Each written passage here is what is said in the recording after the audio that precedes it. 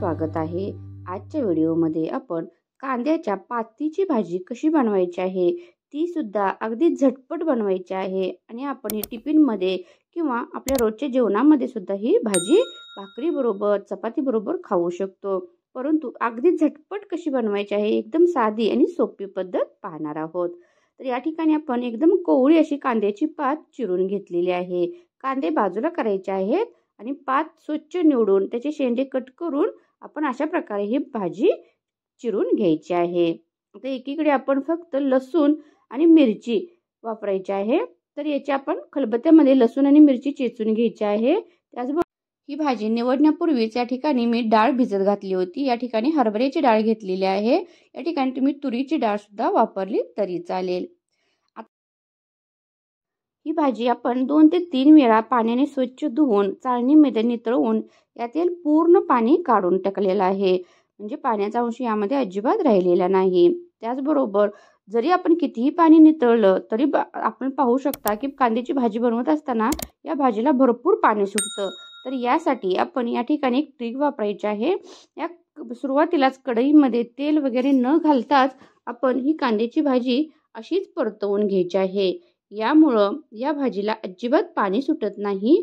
तर या ठिकाणी पाहू शकता ही भाजी अशी आपली परतवून घेतल्यामुळं जेवढी होती त्याच्यापेक्षा खूप अशी कमी पण झालेली आहे। म्हणजे आपली भाजी छान अशी शिजलेली आहे। आता ही भाजी आपण एका प्लेटमध्ये काढून घ्यायची आहे। आता ही भाजी पूर्णपणे अशी पसरवायची आहे आणि यातील पूर्णपणे जी वाफ आहे ती निघून गेली पाहिजे। म्हणजे भाजी आपली छान अशी चवीला लागते। आता या भाजीला आपली थोडीशी थंड होत आहे तोपर्यंत दुसरीकडे आपण गॅसवरती कढई ठेवायची आहे। यामध्ये 2 ते 3 टेबलस्पून तेल टाकायचं आहे। यामध्ये आपण हिरवी मिरची आणि लसूण जे चेचून घेतलेला आहे खलबत्त्यामध्ये तो सुरुवातीला आपण भाजून घ्यायचा आहे। यामध्येच आपण टेस्टनुसार या ठिकाणी मीठ पण टाकायचं आहे। कारण आपण भाजी टाकल्यानंतर वरून मीठ टाकलं की आणखी जास्त भाजीला पाणी सुटतं। त्यामुळे शक्यतो कांद्याची भाजी बनवत असताना तेलामध्येच मीठ टाकायचं आहे। आणि आता हे छान असं 2 मिनिटं परतवून घ्यायचं आहे। व्हिडिओ थोडा जरी आवडला तर प्लीज व्हिडिओला लाईक करायला विसरू नका। त्याचबरोबर अजूनही चॅनलवर नवीन असाल, चॅनलला सबस्क्राईब केलं नसेल तर प्लीज चॅनलला सबस्क्राईब करा आणि शेजारील बेल आयकॉनची घंटा प्रेस करा, जेणेकरून तुम्हाला अशा नवनवीन व्हिडिओचे नोटिफिकेशन मिळत राहील। आता आपलं छान अशी ही मिरची आणि लसूण भाजलेला आहे।